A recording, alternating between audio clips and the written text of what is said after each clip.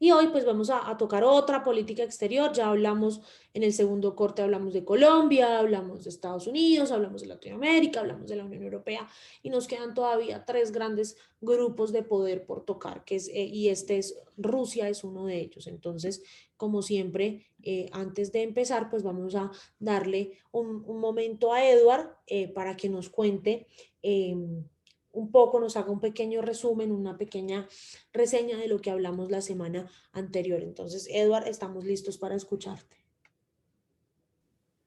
Sí, buenos días a todos. Buenos días, profe. Y pues bueno, a mí me tocó hacer la relatoría de la política exterior de la Unión Europea, que la Unión Europea es una comunidad política constituida por varios países, pues que nacía para propiciar y acoger la integración y la gobernanza común de los estados y pueblos de Europa. Esta está conformada por 27 estados y pues fue establecida con el Tratado de la Unión Europea el 1 de noviembre del 93 y pues este también es llamado el Tratado de Maastricht. Pues primeramente esta se llamó la Comunidad Europea del Carbón y el Acero, o por sus siglas SECA. Después se llamó la Comunidad Europea de la Energía Atómica, el Euratom, y por último se llamó la Comunidad Económica Europea. Pues bueno, esta está sostenida sobre tres grandes pilares que pues son la política exterior común y la cooperación judicial y policial. Bueno, ¿qué busca esta organización? Pues entre uno de estos es mantener y aprovechar la paz establecida entre sus Estados miembros. Justamente por esta fue la razón que se creó en un principio la Comunidad del Carbón y el Acero, que pues se implementó después del Plan Marshall, que fue el primer tratado, bueno, acuerdo, plan de cooperación internacional, que fue implementado por Estados Unidos en Europa, pues después de la Segunda Guerra Mundial para ayudar a reconstruir la economía, pues porque todo estaba literalmente en ruinas. Otro punto es promover la seguridad económica y social de sus entidades bajo el enfoque de la cohesión social, pues que esta figura busca que todos tengan como un bienestar económico, político, social, que les permita como el libre disfrute de sus derechos fundamentales. Otro es unir a los países europeos en una cooperación práctica. Y pues como sabemos en este punto, la Unión Europea es uno de digamos, la organización que más cooperación produce en el mundo, tanto internamente entre sus países miembros como en el exterior. También busca preservar la identidad europea en un mundo globalizado, es decir, preservar toda la cultura, las raíces, todas las tradiciones europeas que pues en un mundo globalizado tienden como a irse mucho digámoslo, por esa cultura estadounidense.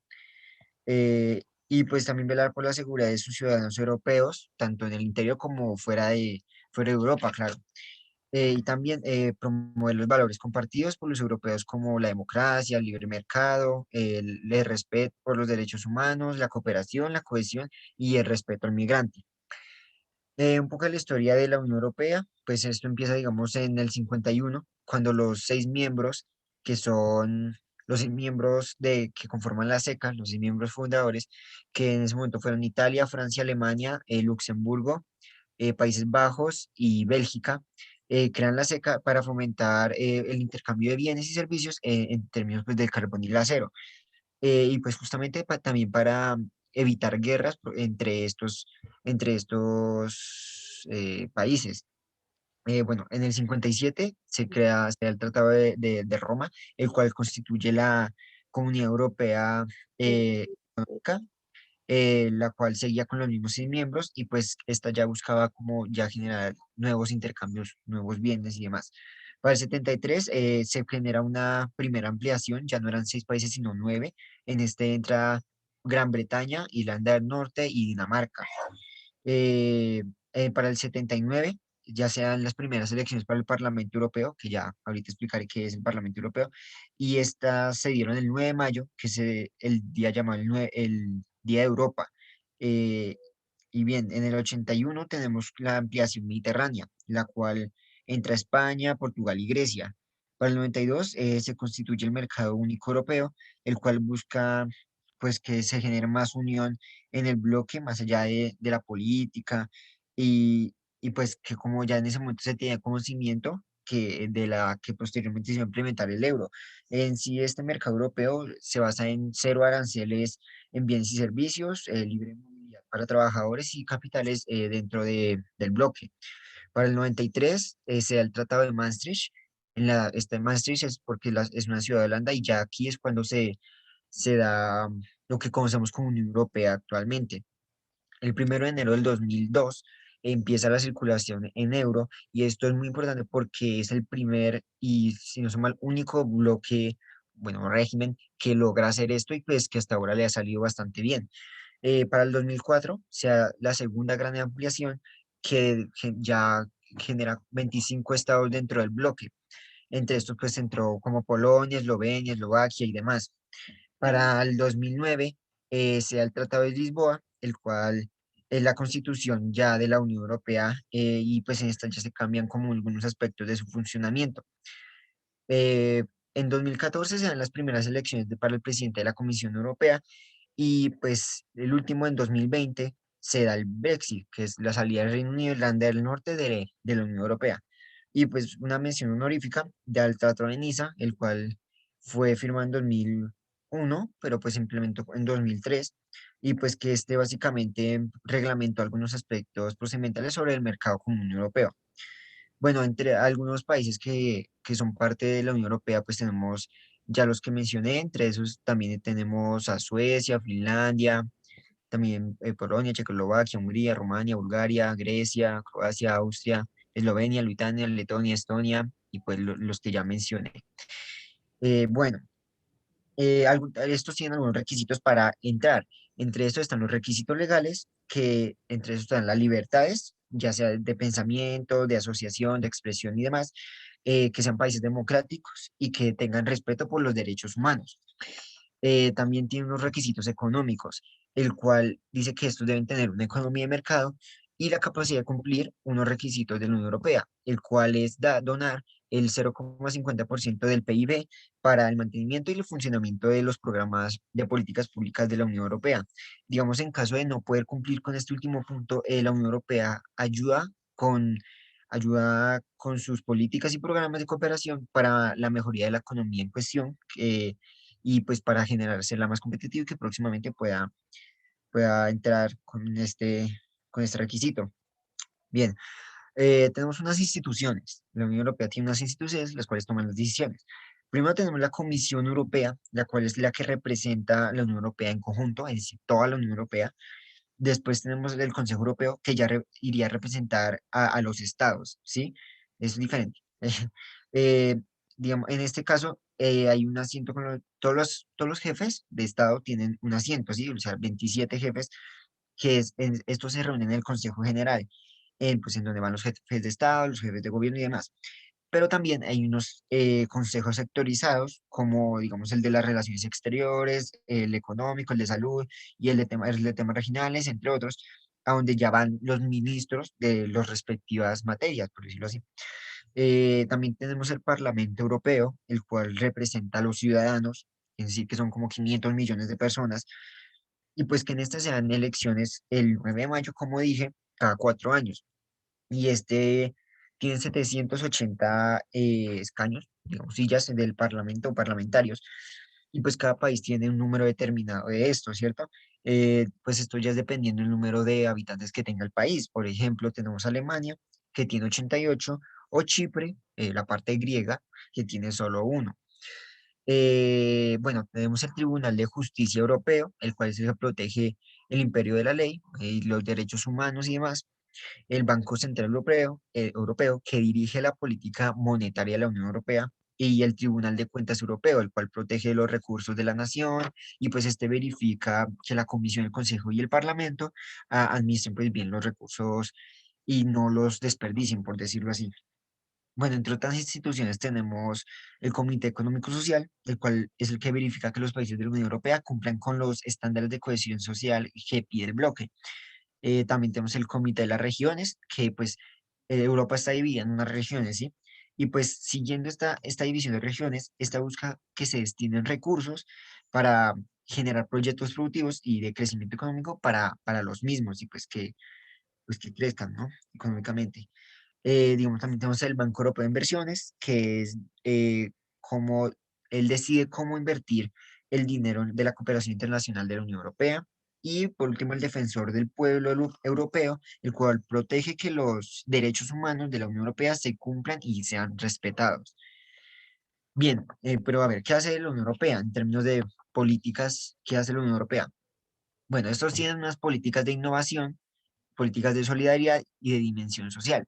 Entre las políticas de innovación tenemos las de medio ambiente, desarrollo y desarrollo sostenible, la innovación tecnológica y energía. En las de solidaridad tenemos la de ayuda regional y cohesión y las de política agrícola y pesquera. Y digamos, tenemos aquí que las políticas de innovación, esto es como es que como la Unión Europea no es como muy autosostenible en varios sentidos, ¿sí? Este sistema de evaluación hace que estos se permitan como autosostenerse en algunas cosas y pues sobre todo poder cumplir con los objetivos 2030, ¿sí? Y pues que justamente estos son como los países, bueno, es el bloque más comprometido con, este, con estos objetivos de la década, ¿no? La política de solidaridad son las que buscan que todos tengan niveles de cohesión social, los mismos niveles, es decir, que de crecimiento social, ¿sí me entiende? Es decir, que permitan que en algún momento de su historia, en el futuro, todos los países tengan mismos niveles en el indicador Gini, ¿sí?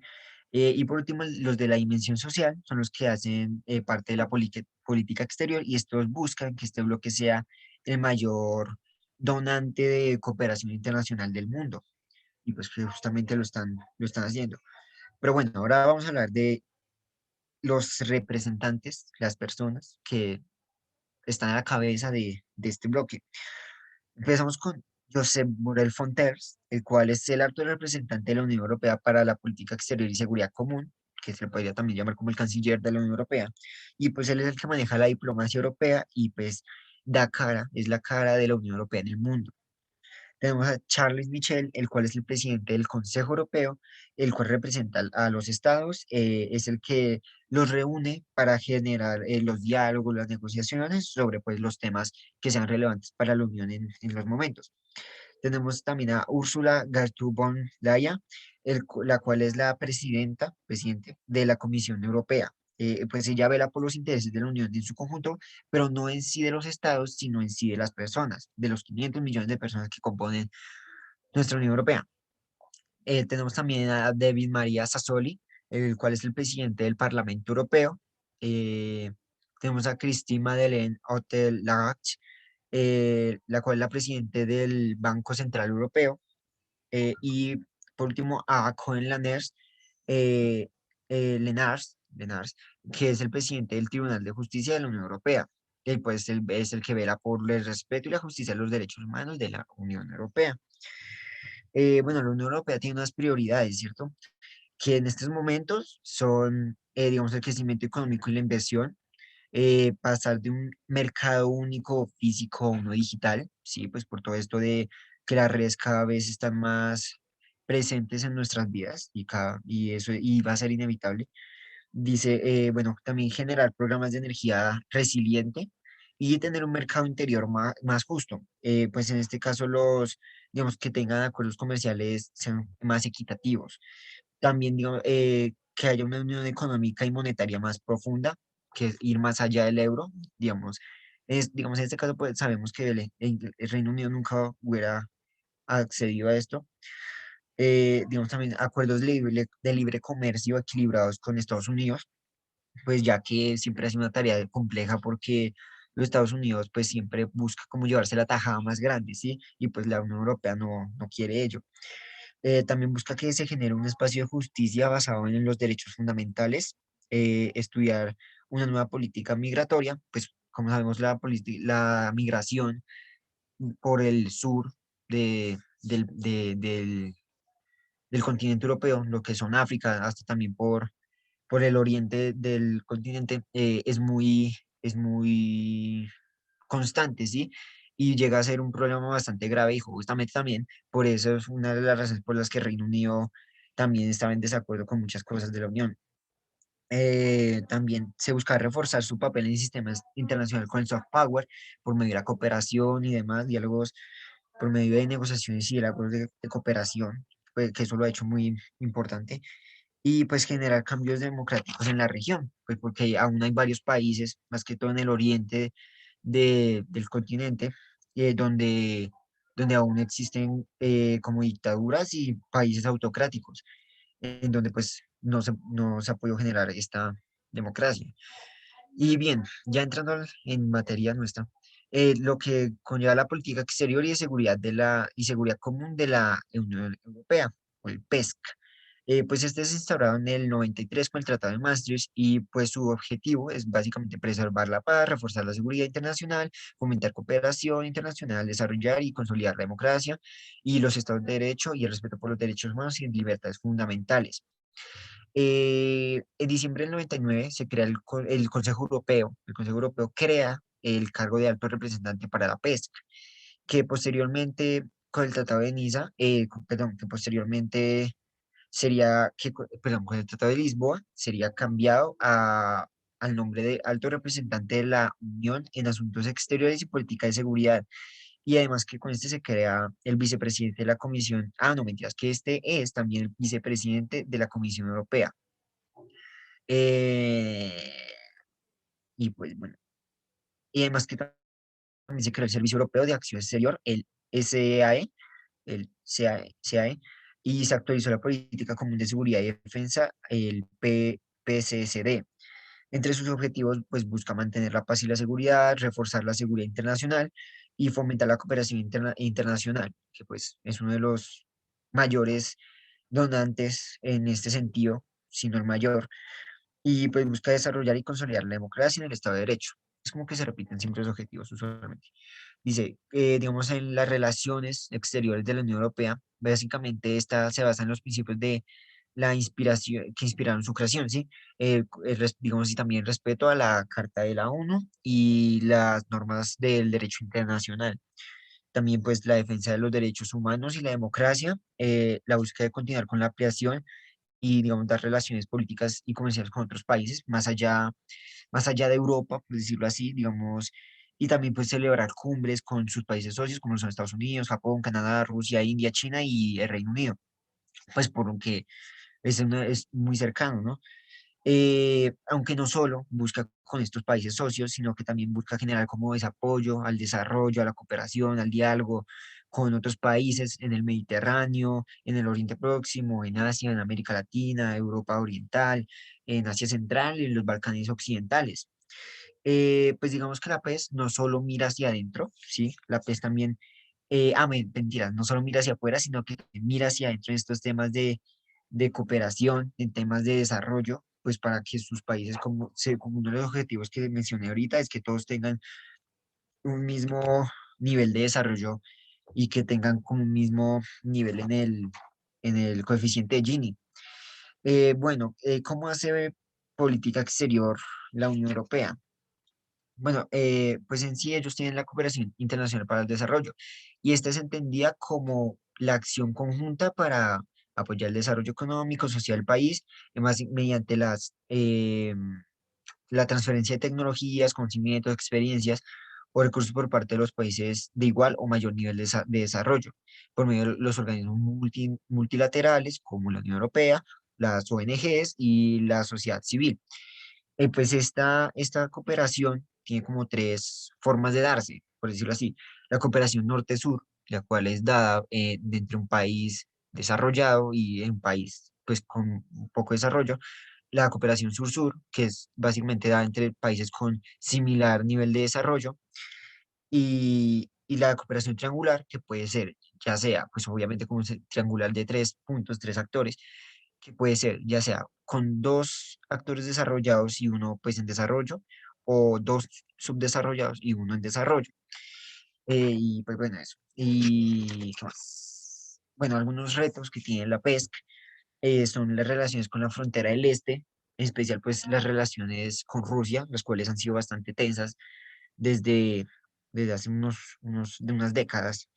También tenemos, digamos, la seguridad fronteriza en el sur por la migración de África y el Mediterráneo, como lo mencionaba ahorita.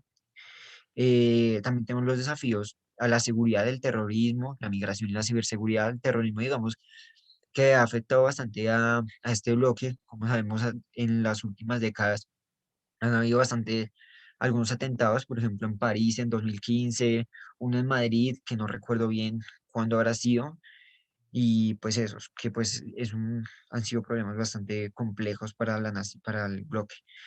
También pues el cambio climático, pues que ya es un tema internacional de todo el mundo. El equilibrio de poder entre Estados Unidos y China en la guerra comercial, o sea, el actuar como un punto medio entre estos dos gigantes que buscan pues quedarse con el poder. También tenemos pues superar el Brexit, pues no solo el Reino Unido es como que tiene las consecuencias, sino que ellos también deben como amoblarse a la pérdida, digamos, de población, a la pérdida de ingresos en términos de aportaciones, en toda esta materia económica, también que es muy importante, y pues mejorar las relaciones transnacionales con los Estados Unidos. Y ya por último, para hablar con las relaciones entre la Unión Europea y Colombia, tenemos que estas dos comparten una gran y muy variada agenda bilateral que pues incluye temas como la energía, la competitividad, la minería, la educación, la innovación, la ciencia, la tecnología, biodiversidad, cambio climático, infraestructura, ampliación del comercio y las inversiones. Bueno, este también, digamos, es un actor importante en la construcción de la paz y el postconflicto, ya que ellos, la Unión Europea, fue un partícipe como garante en la mesa de la negociación de La Habana. Y este es el principal cooperante en términos de desarrollo del postconflicto. Más o menos ha como invertido 10.000 millones de dólares para programas del postconflicto. Y digamos, y ya por último, Colombia es de los pocos países en tener un TLC con la Unión Europea. Y es todo. Eduard, muchas gracias por ese resumen tan completo de la sesión de la semana pasada. Creo que eso nos permite recordar muchos de los puntos importantes que tocamos hablando de la Unión Europea. Y pues hoy vamos a hablar del vecino natural de la Unión Europea, que es la Federación Rusa. Y bueno, ¿ustedes saben en qué continente queda Rusia? ¿Cuál es la capital de Rusia? ¿Cómo se llama su presidente? ¿Qué forma de gobierno hay? ¿Y cuál es la moneda nacional de Rusia? Una persona que me responda esas preguntas. Rusia creo que pertenece a dos continentes, Muy bien, César. a Europa y Asia. La capital es Moscú. La moneda creo que es el rublo. Muy bien. ¿Cómo se llama el presidente? Vladimir Putin. ¿Y qué forma de gobierno hay en Rusia? No sé. Creo que es una república federal, así como Estados Unidos. Y Muy pues es, bien, Semipresidencialista. claro, muy bien, ajá. Mateo. Bueno, la tienen clara, saben mucho de Rusia, qué bueno. Sí, Rusia es uno de los pocos países del mundo que quedan dos continentes, en Europa y en Asia. Su capital es la ciudad de Moscú, su moneda es el rublo ruso, su presidente se llama Vladimir Vladimirovich Putin y es una república federal presidencialista, liderada pues por este señor Vladimir Vladimirovich Putin.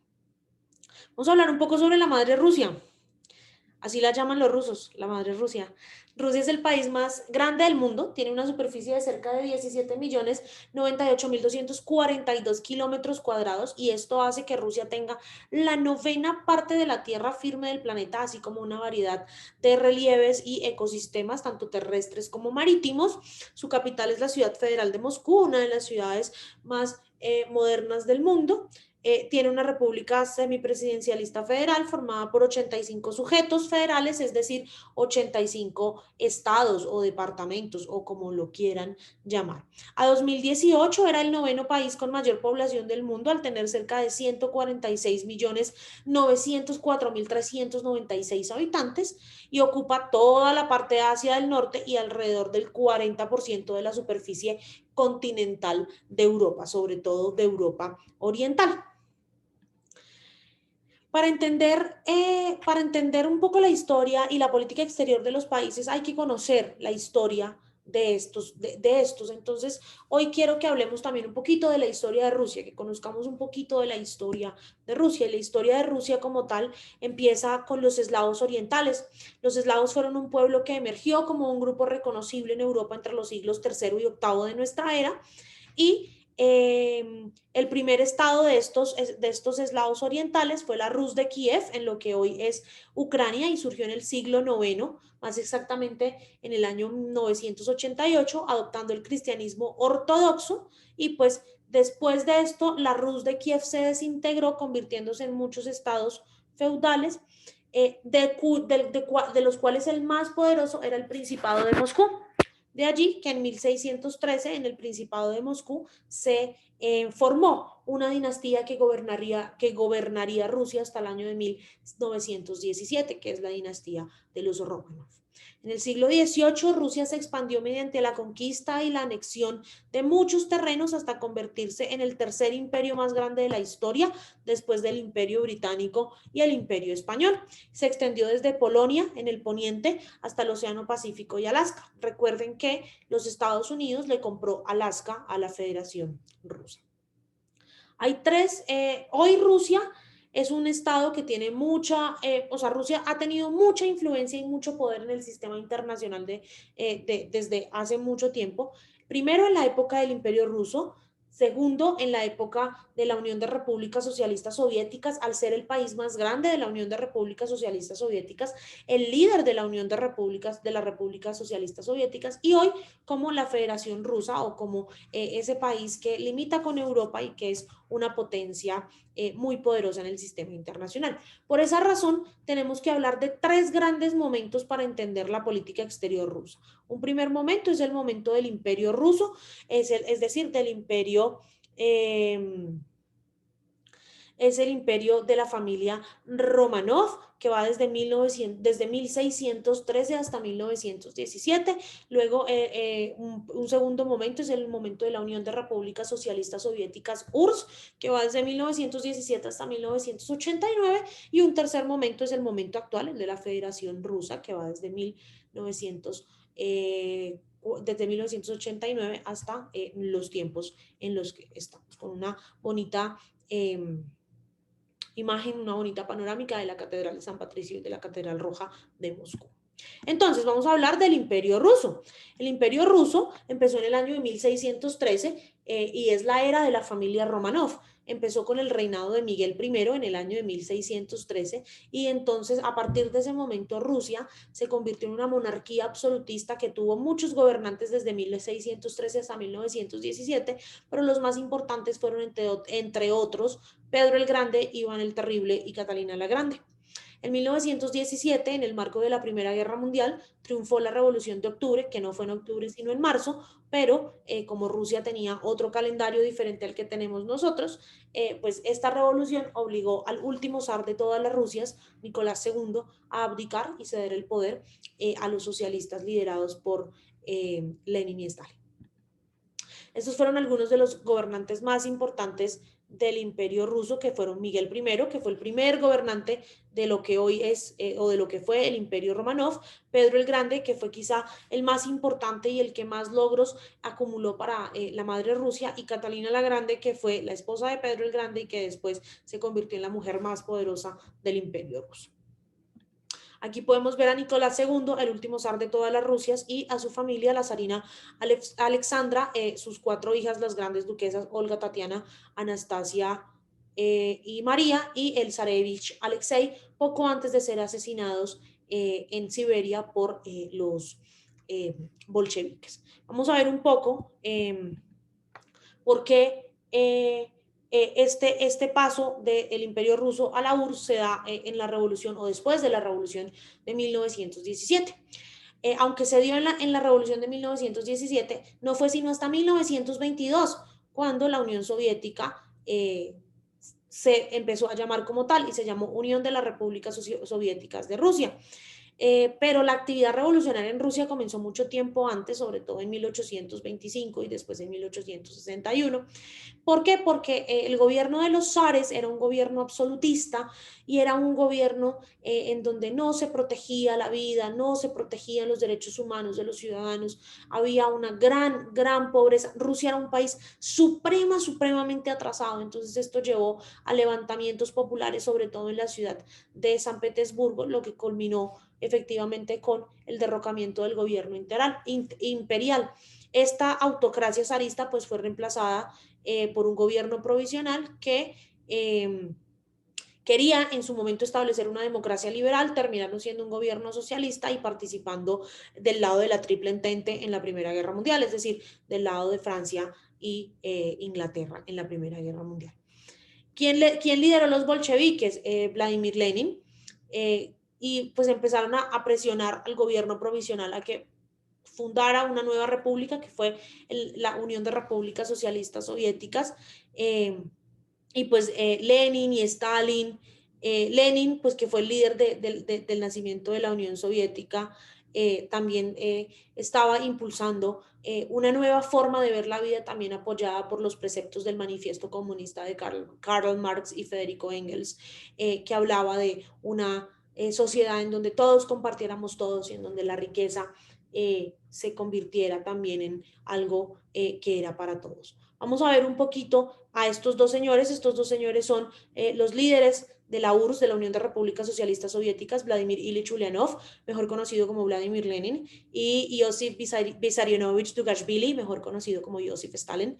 Fueron los líderes de este proceso de nacimiento y de conformación y de ascenso al poder de la Unión de Repúblicas Socialistas Soviéticas. Entonces, vamos a ver cómo fue la Revolución Rusa, cómo fue ese paso de el imperio de los zares, del imperio de la familia Romanov a la Unión de Repúblicas Socialistas Soviéticas, URSS. La Revolución Rusa es un movimiento político, social y económico que estalló en el año 1917 en el Imperio Ruso. Este episodio, por las trascendentales consecuencias que derivaron de él, es considerado como uno de los más grandes acontecimientos de la época contemporánea. La consecuencia fue el derrumbe de la dinastía de los zares, herederos de los emperadores romanos, lo que significó la abolición del sistema absolutista y despótico hasta entonces imperante. La revolución trajo consigo como resultado un gobierno de corte comunista dirigido por Vladimir Lenin. Las consecuencias que motivaron la Revolución Rusa fueron: primera causa. Rusia estaba en guerra con Alemania, se trataba de la Primera Guerra Mundial, entonces llamada la Gran Guerra. Las constantes derrotas que estaban sufriendo los ejércitos rusos en la guerra y las numerosas bajas llevaron al descrédito a los Romanov, la última dinastía zarista, con Nicolás II a la cabeza. Años antes, en 1905, tuvo lugar una primera revolución tras la derrota rusa ante Japón en la guerra ruso-japonesa. Segunda causa. Rusia sufría una aguda crisis económica con escasez de alimentos para la población, que sufría una terrible hambruna. Era un país eminentemente rural y atrasado. La organización social de Rusia estaba basada en la más absoluta desigualdad, distinguiéndose dos clases sociales bien marcadas: la nobleza y el pueblo llano, casi todos campesinos. No existía prácticamente clase media. La tercera causa la encontramos en la esposa del zar Nicolás II, la emperatriz Alejandra, de origen alemán, tremendamente impopular y enemiga de cualquier reforma favorable al pueblo. Un año antes habían asesinado a Rasputín, médico y asesor de la emperatriz. Estas causas, unidas a un invierno muy duro, fueron el detonante que hizo saltar la revolución. Vamos a distinguir dos fases dentro de la revolución en el año 1917, la Revolución de Febrero y la de Octubre, que en realidad se produjeron en marzo y en noviembre, ya que Rusia se regía por el calendario juliano en vez de por el calendario gregoriano, como el resto del mundo. La Revolución de Febrero se inició con una huelga espontánea de los trabajadores de las fábricas de la capital, Petrogrado, hoy San Petersburgo.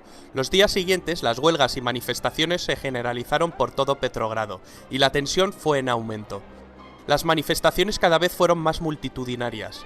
El ejército no contó con los medios para reprimir la revolución, y Nicolás II, el último emperador de Rusia, tuvo que abdicar. El primer episodio de la revolución se había saldado con más de un centenar de víctimas, principalmente manifestantes. La caída rápida e inesperada del régimen suscitó en el país una ola de entusiasmo y un sentimiento de liberación.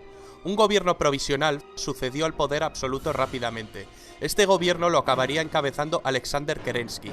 Estas primeras semanas llenas de esperanza y generosidad fueron muy pacíficas, tanto en las ciudades como en las zonas rurales. No hubo represalias contra los antiguos siervos del zar. Se decretó libertad de prensa, de reunión y se permitió la entrada de exiliados políticos, entre ellos la entrada del revolucionario Vladimir Lenin, que vivía en el exilio. Las posiciones se empezaron a mover. Los soviets, que eran asambleas populares de obreros, soldados y campesinos, en un principio permitieron al gobierno provisional gobernar. pero insistieron en una prerrogativa para influir en el gobierno y controlar diversas milicias.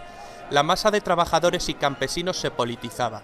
El pequeño partido bolchevique, liderado por Lenin, quien impuso una radicalización estratégica, se hizo portavoz del creciente descontento general y se convirtió en depositario de las aspiraciones populares. Con sus grandes dotes de oratoria, comenzó a defender los postulados de Karl Marx para sustituir el capitalismo por un nuevo sistema socioeconómico socialista e instaurar la dictadura del proletariado. Un frenesí por dialogar y exponer ideas se instaló en la sociedad. El gobierno de Kerensky cada vez era más impopular, incapaz de hacer reformas, se distanció de la población. Se siguieron mandando tropas para luchar en la Primera Guerra Mundial. Esto desencadenó revueltas populares. El gobierno provisional optó por la represión y comenzó a perseguir a los opositores. Lenin y León Trotsky planearon el derrocamiento del gobierno provisional para instalar el sistema comunista. Si la Revolución de Febrero fue un levantamiento espontáneo, en la Revolución de Octubre se podría hablar de un golpe estratégico organizado por Trotsky y Lenin contra el gobierno provisional. En la Revolución de Octubre, en Petrogrado, los soviets se apoderaron de los puntos estratégicos de la capital y asaltaron el Palacio de Invierno, derrocando al gobierno provisional. Lenin anunció 3 medidas: una paz inmediata, un decreto sobre la tierra para distribuirla entre los campesinos, y la formación del Soviet de Comisarios del Pueblo, o Sovnarkom, que organizaría unas elecciones para elegir a una asamblea constituyente. El partido bolchevique de Lenin resultó derrotado en las elecciones. Lenin mandó disolver la asamblea, democráticamente elegida al estar en minoría. Esto desembocaría en una guerra civil. Los bolcheviques crearon la Cheka, una organización de inteligencia política y militar para aplastar cualquier tipo de disidencia. Sus métodos de represión no se limitaron a detenciones y fusilamientos en masa, sino que utilizaron brutales métodos de tortura. Aparecieron los primeros campos de concentración. El terror rojo había comenzado. En 1918, el que fuera zar de Rusia, Nicolás II, la zarina Alejandra y sus 5 hijos, que se encontraban recluidos en una mansión de los Montes Urales, fueron masacrados por un grupo de revolucionarios. La guerra civil que enfrentó al ejército rojo de Trotsky contra el ejército blanco se saldó con la victoria del ejército rojo. Se había impuesto el leninismo y la dictadura del proletariado. Se formó la Unión de Repúblicas Socialistas Soviéticas en 1922. El país estaba profundamente tocado. Una terrible hambruna mató a más de 5 millones de personas. Se pusieron en marcha una serie de reformas. El partido es dirigido de forma vertical, de arriba hacia abajo. El nuevo estado consiste en una pirámide de soviets en donde realmente el partido decide y los soviets votan lo que ha dicho el partido. En 1922, un Lenin enfermo deja su puesto. Se inicia una disputa por la sucesión entre Trotsky, el creador del Ejército Rojo y la cabeza más brillante del partido, y otros cabecillas. En 1924 muere Lenin. Iosif Stalin, un hombre al que todos habían infravalorado, se impuso contra todo pronóstico, y sería el sucesor de Lenin. Trotsky fue expulsado del partido y finalmente asesinado. Stalin impuso un gobierno totalitario y sangriento y elevó a la Unión Soviética a la categoría de gran potencia política, económica, científica y militar del mundo. La Unión de Repúblicas Socialistas Soviéticas duraría hasta el año 1991.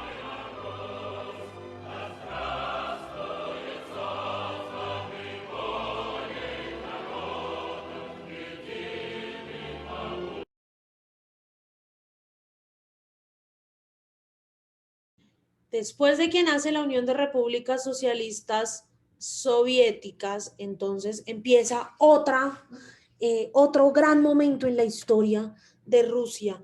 Diego, los orígenes del idioma ruso vienen de los orígenes eslavos de los primeros pobladores de este país. A diferencia de idiomas como el español, el francés, el italiano, el portugués, que son lenguas romances, los orígenes del ruso vienen de estos primeros pobladores eslavos primitivos que poblaban estas zonas de Europa Oriental. Cuando llega la URSS, llega la Guerra Fría, y este es el momento en el que Rusia se posiciona como un actor supremamente importante en el sistema internacional, porque empezó a ser el contrapeso de los Estados Unidos en materia de política, en materia de economía, en materia militar, porque eso fue la Guerra Fría. La Guerra Fría fue un enfrentamiento político, un enfrentamiento económico, social, militar e informativo que se inició justo en el momento en que finaliza la Segunda Guerra Mundial, y tenía dos bloques: el bloque occidental, liderado por los Estados Unidos de América, que promovía los valores de la democracia, el respeto a los derechos humanos y el capitalismo salvaje, y el bloque del este, liderado por la Unión de Repúblicas Socialistas Soviéticas, que promovía los gobiernos autoritarios, promovía el socialismo como modelo económico, y no tenía un claro respeto por los derechos humanos. Muchos dicen que la Guerra Fría empieza en el 45, otros dicen que la Guerra Fría empieza en el 47, pero pues estas tensiones se prolongaron durante casi 40 años, hasta el año de 1989, cuando efectivamente empieza a desmoronarse la URSS en el momento en que cae el muro de Berlín. Se llama Guerra Fría porque ninguno de los dos bloques, ni Estados Unidos ni la Unión Soviética, tomó acciones directas en contra del otro. Entonces fue una guerra como más tácita, una guerra como más de palabra, de micrófono, etcétera, etcétera. Stalin muere en 1953, y como no había un sucesor aceptable, porque nadie estaba realmente preparado para liderar a la Unión Soviética dentro del Partido Comunista, entonces en 1956 toma el poder Nikita Sergeyevich Khrushchev, o Nikita Khrushchev, como lo conocemos muchos de nosotros, y Nikita Khrushchev fue el hombre que lideró gran parte de la Guerra Fría, o gran parte de la política rusa durante la Guerra Fría, teniendo momentos clave como por ejemplo el de la crisis de los misiles de Bahía de Cochinos en Cuba, o los diálogos en el teléfono rojo con los diferentes presidentes norteamericanos. Pero Nikita Khrushchev al mismo tiempo llevó consigo, su gobierno trajo muchas reformas en temas de agricultura, porque Rusia seguía siendo un país supremamente atrasado en términos económicos. Pero pues esto no funcionó mucho realmente, además de todos los problemas que tenía, no solo con los Estados Unidos por la Guerra Fría, sino con China, que también ya se estaba empezando a posicionar como un actor relevante en el sistema, llevaron a que el Partido Comunista destituyera a Nikita Khrushchev en 1964. Fue Leonid Brezhnev quien tomó el poder en 1964 hasta 1983. Y pues Brezhnev lo único que hizo fue incrementar la fuerza militar soviética como una manera de tratar de contener las crisis que ya se venían dando, las crisis sociales, las crisis políticas, las crisis de descontento de los diferentes países que hacían parte de la Unión de Repúblicas Socialistas Soviéticas y que ya querían ser independientes del régimen de Moscú. Además, Leonid Brezhnev tuvo que vivir la guerra de Afganistán, que fue una guerra que libraron la Unión Soviética y los Estados Unidos en este país. Si quieren conocer un poco de esa guerra, pueden ver la segunda película de Rambo, que es muy buena, y ahí Sylvester Stallone va a Afganistán a combatir contra los rusos. Jessica, en América Latina realmente la Guerra Fría no fue, o sea, no tuvo un impacto, o no podemos decir hubo Guerra Fría en América Latina, porque América Latina siempre ha sido la zona de influencia de los Estados Unidos. ¿Qué pasó más o menos en América Latina, o cuáles fueron las cosas que más destacaron en estos momentos de Guerra Fría en América Latina? Primero que teníamos a Cuba, que era un régimen que la revolución cubana había triunfado en 1960. Entonces, la Unión Soviética como que financiaba al régimen castrista, porque se creía que era a través del régimen castrista que la Unión Soviética iba a poder llegar a todos los países de América Latina, también motivado porque muchos estados querían vivir o revivir las hazañas que el Che Guevara había hecho en Cuba. Entonces, por causa de Cuba, hubo muchos enfrentamientos, porque Estados Unidos consideraba que la Unión Soviética se le iba a meter al resto del mundo, empezando por su patio trasero, que era América Latina. Pero todos los países de América Latina apoyaban a los Estados Unidos, todos los países de América Latina eran pro norteamericanos, a excepción de Cuba, por supuesto. porque Estados Unidos implementó en los años 60 una política de cooperación internacional que se llamó la Alianza para el Progreso. Y la Alianza para el Progreso consistía en que a través de la Agencia de Cooperación Internacional de los Estados Unidos, la USAID, venían chicos y chicas, estudiantes norteamericanos en forma de voluntarios a enseñarnos inglés, a enseñarle inglés a los jóvenes latinoamericanos de la época. Y además de eso, con dinero de los Estados Unidos se financiaban grandes barrios en las ciudades capitales de América Latina. Uno de esos barrios queda en Bogotá. Hoy en día es una de las localidades más grandes que tiene Bogotá y es la localidad de Kennedy, que fue financiada por el gobierno su construcción fue financiada por el gobierno de los Estados Unidos, y a su inauguración vino el mismísimo John Fitzgerald Kennedy, presidente de los Estados Unidos. De hecho, la localidad se llama Kennedy en honor al expresidente John Fitzgerald Kennedy de los Estados Unidos. Entonces, digamos que Estados Unidos se cuidó mucho también de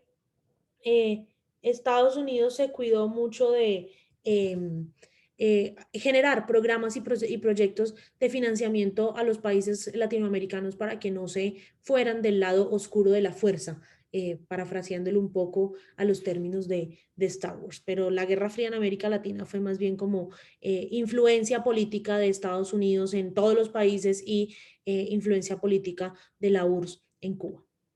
Quizá el momento más grave de la crisis acá en América Latina, o de la Guerra Fría en América Latina, fue la crisis de los misiles de Bahía de Cochinos en el 62, donde por 13 días estuvo a punto de estallar lo que se hubiese conocido como la Tercera Guerra Mundial. ¿Por qué? Porque Estados Unidos, porque la Unión Soviética instaló unos misiles en la Bahía de Cochinos, en Cuba, y disparando o apuntando directamente hacia la ciudad de Miami, y Estados Unidos lo consideró una amenaza a la paz y la seguridad internacionales. Entonces Estados Unidos también instaló unos misiles en Polonia, mirando directamente hacia Moscú, y estuvo a punto de explotar la guerra. Pero pues la mediación de las Naciones Unidas y los diálogos constantes entre ambos presidentes, a partir de allí se instauró lo que se conoce como el teléfono rojo, que era un teléfono que tú levantabas en la Casa Blanca y lo contestaban directamente en el Kremlin en Moscú. Y evitó pues un enfrentamiento como esto. Hay una película muy buena, de hecho se llama así, 13 días, que la pueden encontrar en Cuevana, donde les muestra cómo fueron día a día los 13 días de la crisis de los misiles de Bahía de Cochinos. Cuando sale del poder Leonid Brezhnev, llega al poder Mikhail Gorbachev. Mikhail Gorbachev fue uno de los últimos presidentes de la Unión Soviética, y él llegó con dos grandes políticas de modernización de la Unión Soviética. Gorbachev sabía que si querían los rusos que siguiese existiendo la Unión Soviética, tenían que hacer una serie de reformas que modernizaran el país y que le permitieran competir de tú a tú con los Estados Unidos. Y estas fueron las políticas de la perestroika, que fue la reforma política, y el glasnost, que fue la reforma económica. Entonces se empezó a generar una política de transparencia y de acceso público a la información, de libertad de culto, de libertad de asociación, de libertad de expresión. ¿Para qué? Para que los soviéticos sintieran que no se estaban perdiendo de nada de lo que pasaba en los Estados Unidos. Y además de eso, se reformó el artículo 72 de la Constitución de la URSS, y se le permitió el derecho de autodeterminación a todas las repúblicas socialistas soviéticas. A partir de este momento, todos los países que hacían parte de la URSS, Ucrania, Bielorrusia, Polonia, empezaron a decir: yo me quiero independizar, quiero ser un país independiente, quiero manejar mis propios destinos y no depender tanto de la Unión Soviética. Y pues el 7 de abril del 90 fue aprobada una ley por la que una república miembro de la URSS podía separarse si 2/3 partes de sus residentes votaban a favor de la separación en un referéndum. Se generaron los referéndums y todos los países empezaron efectivamente a separarse. Pero pues el gran poderío de Rusia se llevó a cabo durante la Guerra Fría. ¿Ustedes saben qué es la Guerra Fría? Veámoslo un poquito más en este video. La Guerra Fría fue un enfrentamiento iniciado al finalizar la Segunda Guerra Mundial en 1945. El fin de la guerra supuso el fin de la hegemonía de Europa.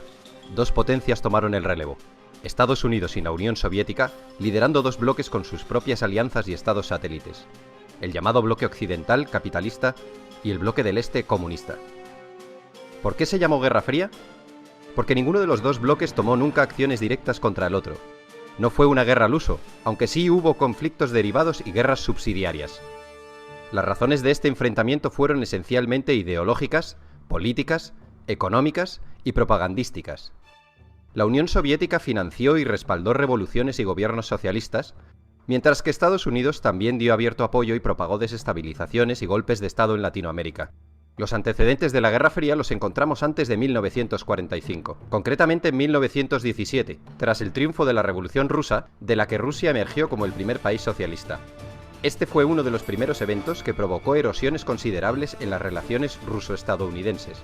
Los soviéticos defendieron que el capitalismo debía ser derribado por la fuerza para ser reemplazado por un sistema comunista. Los capitalistas americanos, tras el estallido de la Revolución, ayudaron al Ejército Blanco durante la Guerra Civil Rusa. Finalmente, las tropas del Ejército Rojo lideradas por Trotsky se hicieron con la victoria. Pero avancemos de nuevo a 1945, tras el fin de la Segunda Guerra Mundial. Conviene recordar que la Unión Soviética y Estados Unidos habían sido aliados para frenar los planes de Hitler. Antes de que acabase la guerra, se reunieron en Yalta. Joseph Stalin, Winston Churchill y Franklin Delano Roosevelt como jefes de gobierno de la URSS, del Reino Unido y de Estados Unidos respectivamente. La conferencia de Yalta tuvo su continuación con la conferencia de Potsdam, ya con Alemania totalmente rendida y Hitler muerto. Estas conferencias supusieron la división de Alemania en 4 zonas, una parte para cada país y otra para Francia. También se trataron asuntos sobre el desarme, desmilitarización, devolución de territorios anexionados por Alemania, la persecución de los militares de guerra nazis y la creación de las Naciones Unidas. Los soviéticos, tras la guerra, habían ocupado de facto las zonas de la Europa del Este que habían defendido y liberado. Para frenar esta expansión soviética, Estados Unidos ayudó con el Plan Marshall a salir de sus ruinas a Europa occidental y a la zona occidental de Alemania. Con el Plan Marshall los estadounidenses dieron enormes ayudas económicas a Europa. El plan estuvo operativo durante 4 años desde 1948. Los objetivos de Estados Unidos eran reconstruir aquellas zonas destruidas por la guerra, eliminar barreras al comercio, modernizar la industria europea y hacer próspero de nuevo al continente. Todos estos objetivos estaban destinados a evitar la propagación del comunismo, que tenía una gran y creciente influencia en la Europa de posguerra. Los detractores del Plan Marshall argumentaron que este era una muestra de imperialismo económico estadounidense. Los Estados Unidos promovieron la fundación de la OTAN, Organización del Tratado del Atlántico Norte, una alianza militar intergubernamental sellada en 1949. La organización constituía un sistema de defensa colectiva, en la cual los Estados miembros acuerdan defender a cualquiera de sus miembros si son atacados por una facción externa. Las naciones rivales, para contrarrestar la fuerza de esta alianza, firmaron el Pacto de Varsovia en 1955. Finalmente, Berlín, Europa y el mundo quedaron divididos por el telón de acero. Esta expresión es de Churchill. En 1949, el Ejército Rojo de Mao Zedong se proclama vencedor de la Guerra Civil China tras derrotar a los nacionalistas del Kuomintang, que contaban con el respaldo de Estados Unidos. Inmediatamente, la Unión Soviética establece una alianza con los vencedores que habían creado un nuevo Estado comunista con la denominación de República Popular China. Al año siguiente, Stalin se vio sorprendido por la participación de tropas estadounidenses en la defensa de Corea del Sur, que había sido invadida por los comunistas de Corea del Norte. El alto el fuego llegó en 1953. Stalin había fallecido ese mismo año. Le sucederá Nikita Khrushchev. Volvamos al telón de acero en Europa. En los 5 años posteriores a la Segunda Guerra Mundial, un total de 15 millones de personas emigraron del este al oeste. Este hecho hizo que el bloque soviético llevara a cabo un bloqueo efectivo de la emigración en 1950. Hubo un control férreo de pasaportes para que la gente no se pasase de un bloque a otro. La frontera en Berlín, ciudad que estaba repartida, era un coladero, y muchas personas se pasaban del lado comunista al lado capitalista. Este hecho hizo que se construyese el Muro de Berlín en 1961. Conviene recordar que Alemania estaba dividida tras la guerra en 2 Alemanias: la República Federal Alemana con capital en Bonn y la República Democrática Alemana con capital en Berlín. Esta división del mundo en 2 bloques se sostenía por el riesgo de que las potencias se aniquilasen unas a otras en una guerra nuclear, lo que obligó a ambos frentes a actuar con mucha cautela en las zonas más conflictivas. Solo en una ocasión estuvo a punto de estallar el conflicto, tras el derrocamiento del militar Batista en Cuba por parte de Fidel Castro. Estados Unidos trató de realizar una invasión de Cuba que fracasó. En 1962 ocurrió la llamada crisis de los misiles, cuando el presidente Kennedy castigó con un bloqueo a Cuba por el asunto de los barcos soviéticos cargados con misiles y dirigidos contra Estados Unidos. En el último momento, Khrushchev, jefe del partido y del gobierno soviético, cedió y los barcos cambiaron de rumbo. Estados Unidos también había entrado en la guerra del Vietnam, que a la postre acabó siendo otro duro revés en la historia norteamericana, una experiencia de fracaso, desgaste y frustración. Este conflicto enfrentó a los Estados Unidos y el gobierno de Vietnam del Sur por un lado, contra Vietnam del Norte y las guerrillas comunistas que actuaban en Vietnam del Sur por otro. La guerra terminó extendiéndose también a Laos y Camboya. La Guerra Fría también fue espionaje, inspección recíproca, conferencias, crisis y soluciones diplomáticas. Y no nos olvidemos de la carrera espacial, una competición entre Estados Unidos y la Unión Soviética que derivó en una exhibición de poderío y musculatura. Los rusos pusieron en órbita el satélite Sputnik en 1957. Inmediatamente los americanos respondieron con su Explorer 1 en 1958. Era una cuestión de prestigio. Cuando los rusos enviaron a su primer hombre al espacio, los americanos les mojaron la oreja enviando una nave tripulada a la Luna. En 1980, Reagan ganó las elecciones con la promesa de incrementar el gasto militar y enfrentarse a los soviéticos en cualquier lugar que fuera necesario. Tanto Reagan como la recién elegida primera ministra británica Margaret Thatcher denunciaron sin cesar la ideología comunista. Reagan calificó a la Unión Soviética como el imperio del mal y predijo que el comunismo acabaría en el montón de cenizas de la historia. A principios de 1985, el anticomunismo visceral de Reagan se desarrolló en una postura conocida como la doctrina Reagan, en la que además de la contención, abogaba por el derecho de los Estados Unidos de subvertir y derrocar los gobiernos comunistas existentes. Finalmente, en 1989, cae el muro de Berlín, y supone la definitiva apertura de fronteras entre ambos bloques, el desmembramiento del bloque comunista y el final del telón de acero y de la Guerra Fría. Tras la caída, la tensión entre los países del antiguo comunismo y los capitalistas se acabaría diluyendo. De hecho, actualmente, la mayoría de los estados del antiguo bloque comunista han acogido las políticas e ideologías del mundo capitalista.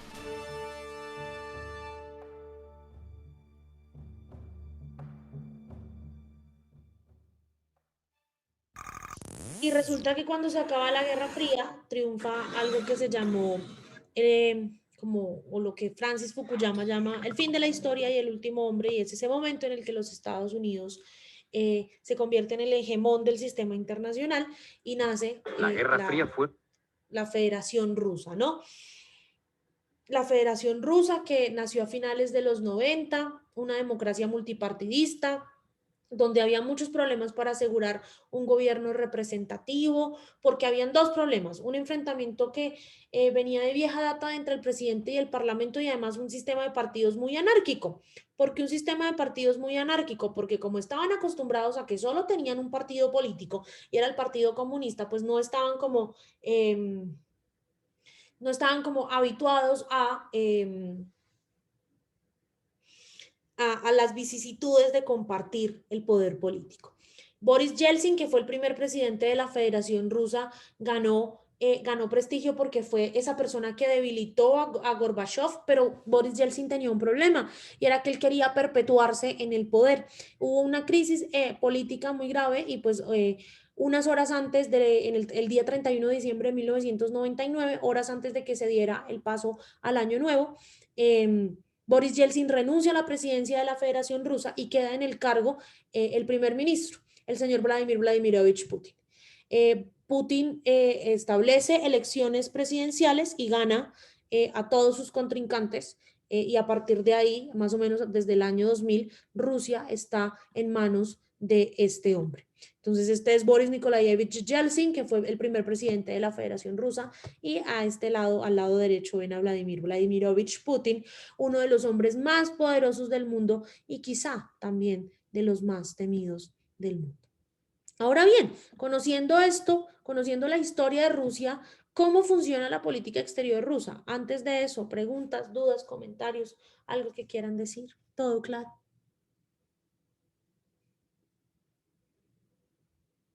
¿Todo súper claro? Ese silencio me hace pensar que sí, que todo lo tienen claro. La política exterior rusa tiene unos principios fundamentales El primero es el relanzamiento del país como una potencia global. Esto va muy de la mano de lo que nos contaba Brenda cuando hizo su análisis de prensa, y es que Rusia quiere volver a ser considerada esa potencia que fue en los años de la Guerra Fría. Además, Rusia tiene una gran ventaja, y es que tiene la mayor cantidad de recursos gasíferos y petroleros del mundo, solamente superado o es el país occidental que mayor cantidad de recursos gasíferos y petroleros tiene en el mundo, solamente superado por pues los países de Medio Oriente. Rusia ha decidido relanzar su política exterior en parte y a partir de su experiencia geopolítica, es decir, de que está en 2 continentes, de que es de que es el país más grande del mundo en términos territoriales, de todo este andamiaje geográfico que tiene. Pero también Rusia ha decidido instaurar una política de zanahoria y el garrote. Zanahoria para mis aliados si se portan bien, garrote si se portan mal. Y pues todo esto englobado en algo muy importante, y es el hard power. El hard power como una política de disuasión de la guerra que busca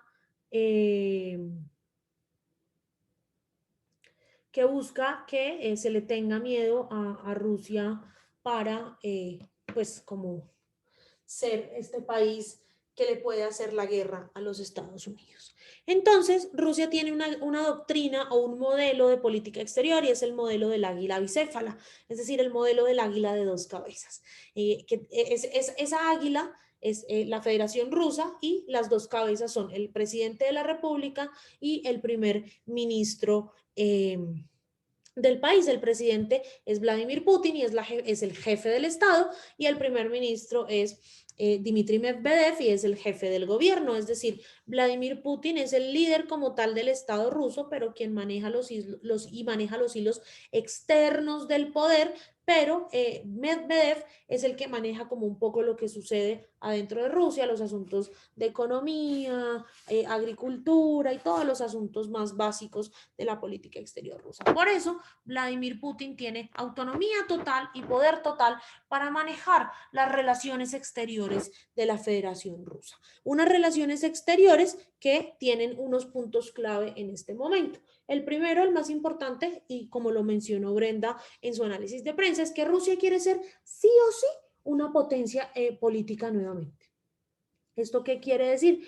Que Rusia está interesado en que se lo vuelva a tener en cuenta como un global player, es decir, como un jugador a nivel global que tiene poderío político, poderío económico, poderío social. Durante esta gestión de la pandemia, por ejemplo, Rusia fue el primer país en anunciar que ya tenía una vacuna, la famosísima Sputnik 5, que Vladimir Putin dijo que él se iba a vacunar con la Sputnik 5,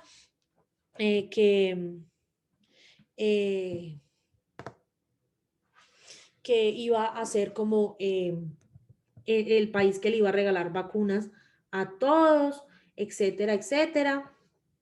Pero el otro punto muy importante es la integración económica del país. ¿Cómo así que la integración económica? Pues Rusia tiene que posicionarse un poco más como un actor que se integra económicamente con el mundo. Rusia tiene que empezar a firmar tratados de libre comercio, empezar a abrirse al mundo, a firmar acuerdos comerciales que le permitan posicionarse como un actor que intercambia bienes y servicios con otros países. Lo más importante, su poderío energético. Rusia le puede dar energía a toda Europa si se lo propone, o se la puede quitar si se lo propone. Entonces, eso va a manejar sus relaciones con la Unión Europea.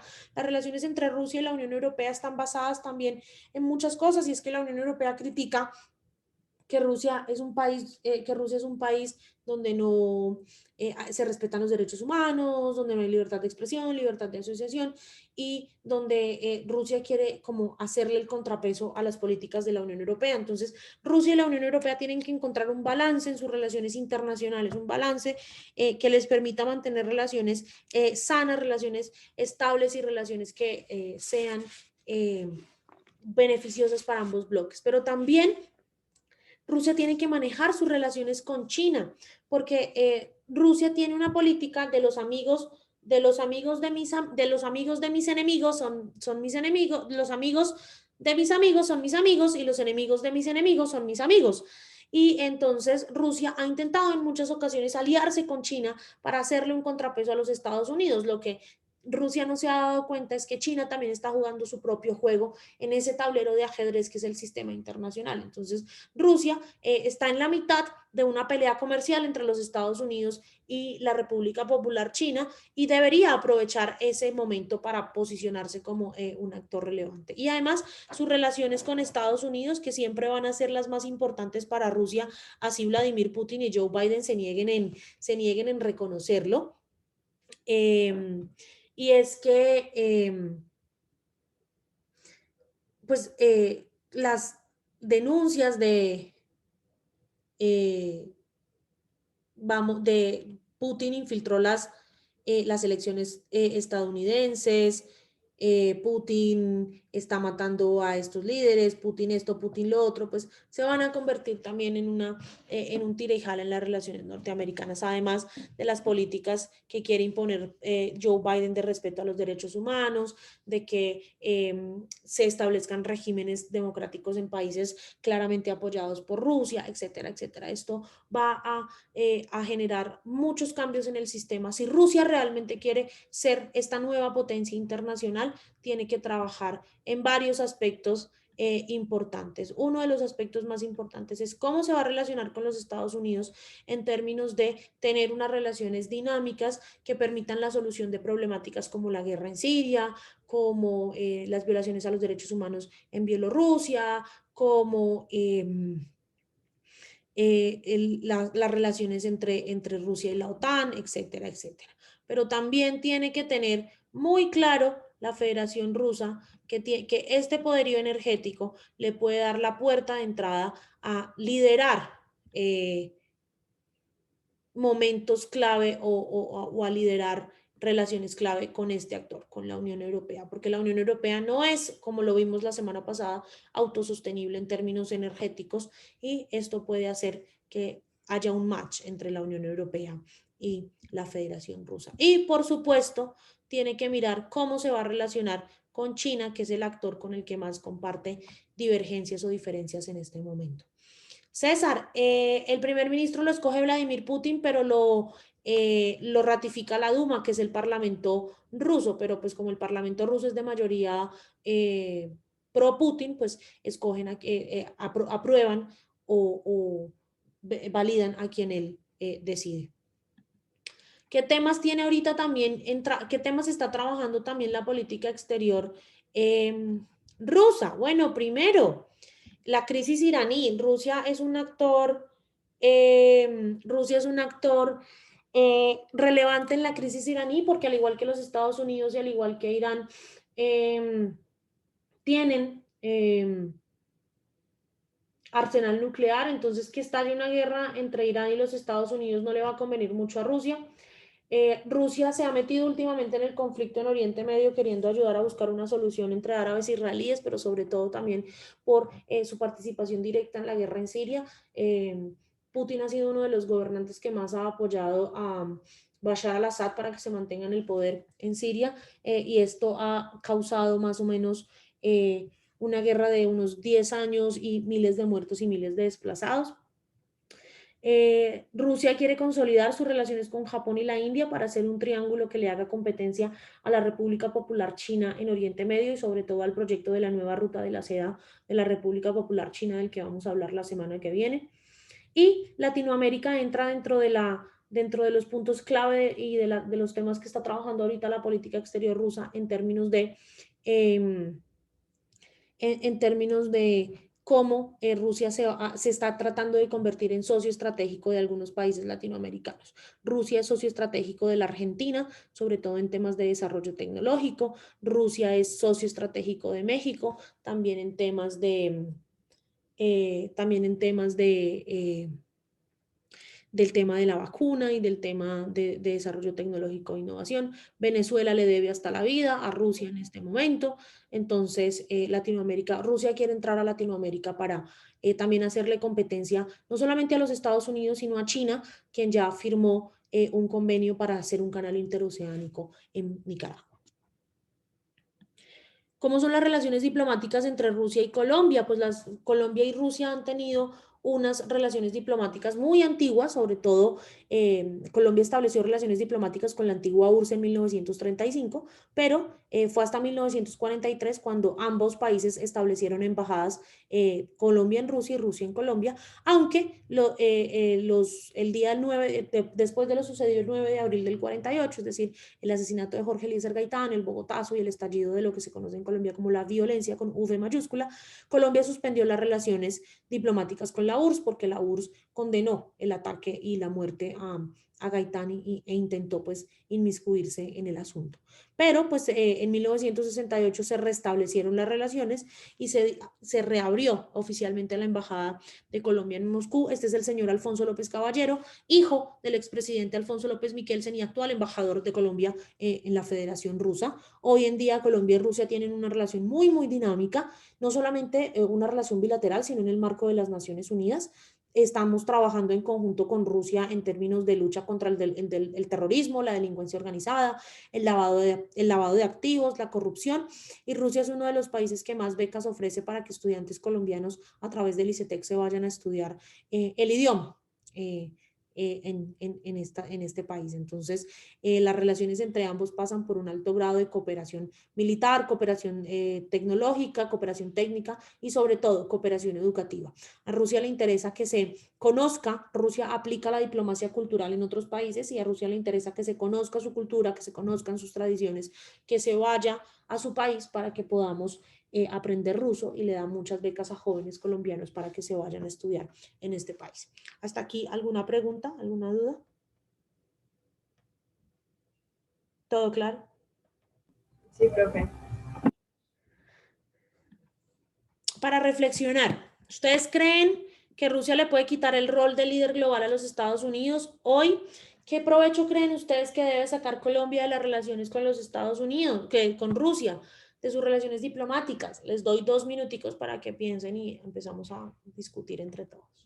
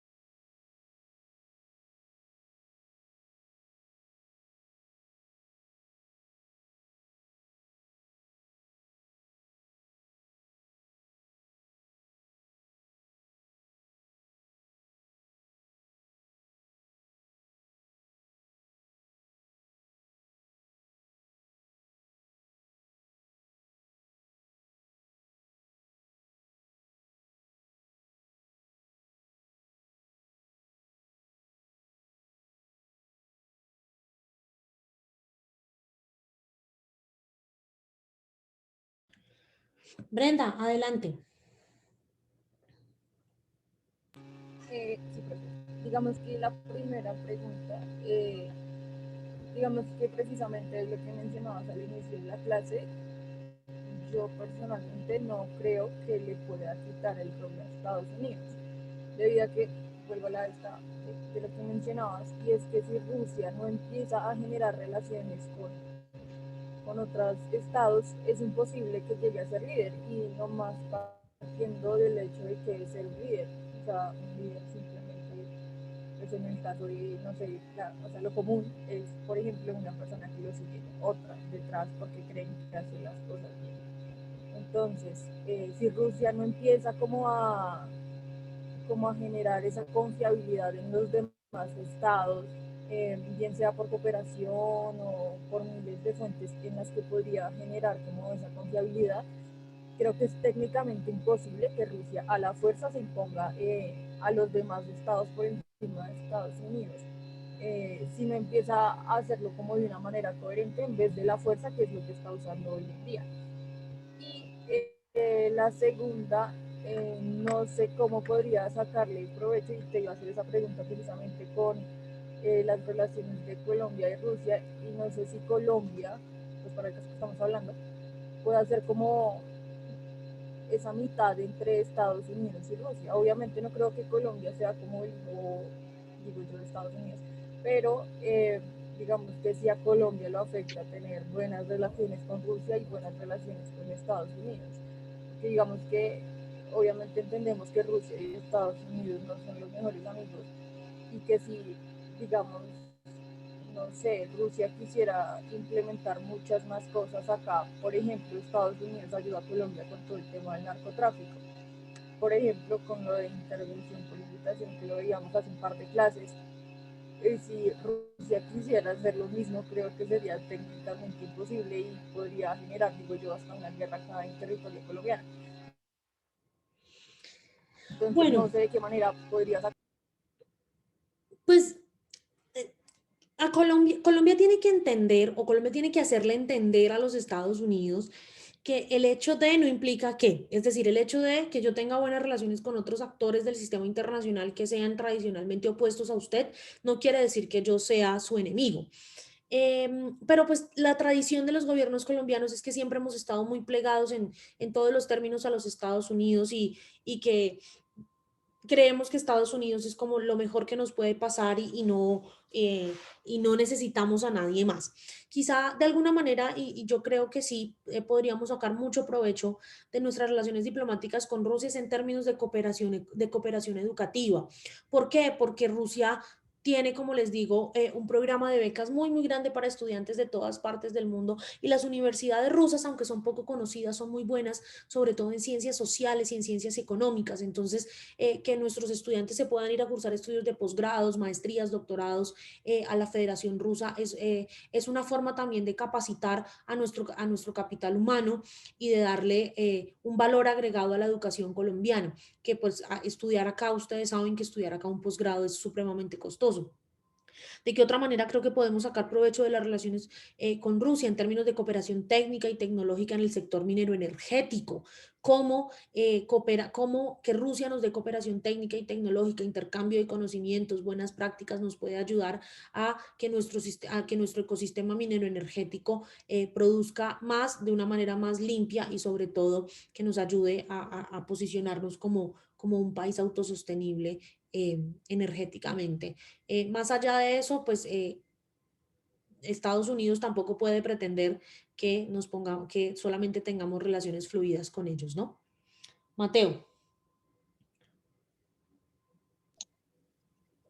Bueno, con respecto a la primera pregunta, yo creo que Rusia pues tiene bastante potencial, más que todo por su extensión territorial y la cantidad de recursos eh, de material primario, de los cuales son poseedores.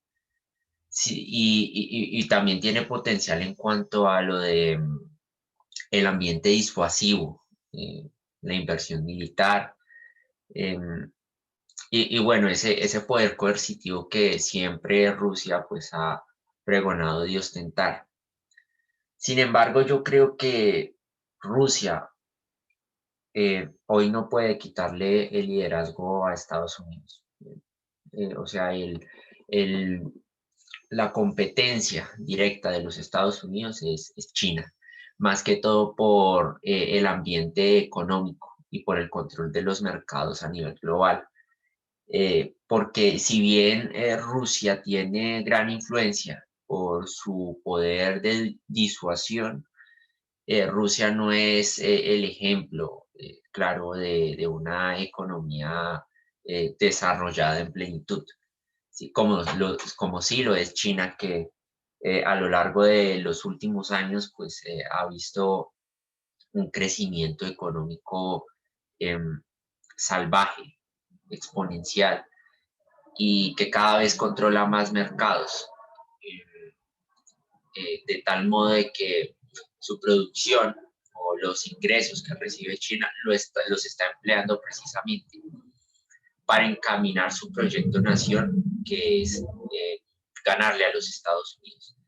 Entonces, bajo esa premisa, eh, yo creo que Rusia hoy no, quizás más adelante con una política económica más fuerte de desarrollo tecnológico, que bien lo está encaminando, por ejemplo, con el proyecto de la vacuna, eh, la Sputnik. Yo creo que va por buen camino, pero hoy no podría quitarle el estatus de hegemón mundial a los Estados Unidos. Eso por un lado. Y con respecto a la segunda pregunta es que Colombia le puede sacar provecho a cualquier relación con cualquier país, no solamente con Rusia. Rusia destaca pues porque hoy en día es una potencia, ¿no? No trascendental, pero es potencia, tiene su estatus. Le puede sacar provecho en cuanto a no generar tanta interdependencia, sino acercarse más a las relaciones multilaterales, como bien decía la profesora, la cooperación económica, la cooperación tecnológica, y no solamente pues depender de los Estados Unidos en ciertos aspectos, ¿no? Por ejemplo, con lo de la vacuna, que si nosotros hubiéramos entablado, bueno, eso también tiene que ver con temas más científicos, pero si Colombia hubiera entablado diálogos con Rusia, que fue el primero en sacar la vacuna, pues hoy en día yo creo que la vacunación sería más rápida en ese sentido. Entonces, yo creo que por ese lado Colombia puede sacar muchísimo provecho con, con las relaciones bilaterales entre Rusia, y no solamente con Rusia, con otros países, con China, con algunos países asiáticos, de pronto con relaciones bilaterales entre organismos de cooperación regional. Sí, yo creo que por ese lado sería más que todo el provecho. Muchas gracias, Mateo, por tu excelente reflexión. Eduardo, Sí, bueno, pues yo comparto mucho las opiniones que acabaron de dar Brenda y Mateo. Pues digamos por la primera pregunta, para mí, pues yo digo que pues sí, o sea, Rusia no actualmente no genera como esa confianza, ni ellos tienen esa confianza en el mundo, ¿sí? Porque pues a cada rato están metiendo mucho en temas, digamos, coercitivos, digamos, como esto, como hace poco en Ucrania, en Crimea, esto que está pasando con las tropas, siempre ha sido como muy, digámoslo, como un actor muy de desconfiar, ¿sí? Como que uno no se puede valer de él a menos de que sea como un aliado, eh, digámoslo, seguro, por decirlo de alguna manera, ¿no? Pues, pues yo comparto, no, yo digo que pues ahora mismo y pues por ahí dentro de unas décadas, tal vez, no estamos seguros, no va, a menos de que pase algo muy extraordinario, no va a quitarle ese error de líder a Estados Unidos. Más que todo, pues por esas relaciones que tiene con muchos países y con las potencias, ¿sí? Que pues eso es muy importante, ¿no? O sea, para mí, pues China está ahora mismo por delante de Rusia en muchos aspectos. Y básicamente por esas cosas que Rusia no puede llegar a ser como ese hegemón, ese actor tan importante como lo fue en la Guerra Fría, ¿sí? Eh, y pues básicamente eso por ese sentido. Y digamos, en la otra pregunta, yo digo que pues en sí lo que tú mencionabas digamos, Colombia le puede sacar provecho en la asistencia, digamos, técnica, digamos, tecnológica, científica, que posee Rusia, porque eso sí, digamos, es como que nos falta bastante, y como decía Mateo, cualquier relación que tenga Colombia con cualquier país, pues siempre va a tener un gran beneficio. Y en este caso, en ese sentido, pues podría ser un gran plus para nosotros. Y también, digamos, por el término del mercado. Digamos, o sea, Rusia es un país con una población, no estoy seguro, no recuerdo cuántas personas tiene Rusia, pero es un país pues muy amplio, con una cantidad de personas increíbles. Y, y pues digamos, esa amplitud podría ser muy beneficiosa para Colombia. Y no solo eso, sino también, digamos, la exportación cultural, que tanto de allá para acá como acá para allá, también puede ser muy importante. Y generar esas relaciones, pues puede producir un avance, yo lo veo muy por el lado económico y tanto educativo como lo mencionabas, y científico. Se me hace que puede darnos ese plus. Y ya. Muchas gracias, Edward. Vecino. Hola, bro. Bueno, pues yo también, o sea, digamos, en cuestión de la primera pregunta, como tú lo comentabas, digamos, en cuestión de la cooperación, yo me acuerdo que a mediados del año pasado, eh, en el ICETEX había como muchas convocatorias para ir a estudiar a Rusia, para ir a aprender el idioma, para hacer apropiación cultural y toda esta cosa. Y, o sea, eso por una parte, y eso me parece como muy importante. Digamos, otra parte por la que yo también había pensado esta de que de la cooperación o de que puede sacar provecho Colombia, digamos, en la relación con Rusia. A mí me parece que también es muy importante en esta cuestión como lo de las vacunas, ¿no? Como lo comentaba Mateo. Y digamos, ver el ejemplo que tuvo Argentina, porque creo que Argentina también sacó mucho provecho de las vacunas con lo de la Sputnik. Y por eso vemos como en Argentina, como que ya está muy acelerado el proceso de las vacunas, ya no sé en cuánto irá el porcentaje de vacunas, pero gracias como a estas relaciones, como que ya muy alentados en ese proceso, ¿no? Y bueno, digamos, en la primera pregunta, en lo del rol en lo del el rol global, yo creo que, digamos, antes sí tenía como muchas oportunidades, o sea, antes de que subiera Biden, porque Trump como que estaba ejerciendo como o sea, un mal control, digamos, en cuestión de lo de las políticas exteriores, ¿no? Como, digamos, al hecho de salirse del Acuerdo de París y todas estas cosas. Entonces, como que le estaba quitando como ese protagonismo a Estados Unidos, ¿no? Pero, pero, digamos, ahora pues Biden, digamos, ya está como haciendo, o sea, haciendo de nuevo como estas cosas para que vuelva a ser como protagonista en el sistema internacional, ¿no? Lo vemos Gracias. como, digamos, en cuestión de, digamos, como ayer en los tratados, si no estoy mal, que hicieron un tratado de cambio climático, si no estoy mal, que fue como bueno, hay un conversatorio o no sé, como unas cosas ahí donde hablaron varios países y pues ahí estaba Biden presente. Entonces yo creo que antes, sí, pero ahora ya es como muy difícil que Rusia tome este control de nuevo. Muchas gracias, Sebastián, y a todos por compartir su opinión conmigo.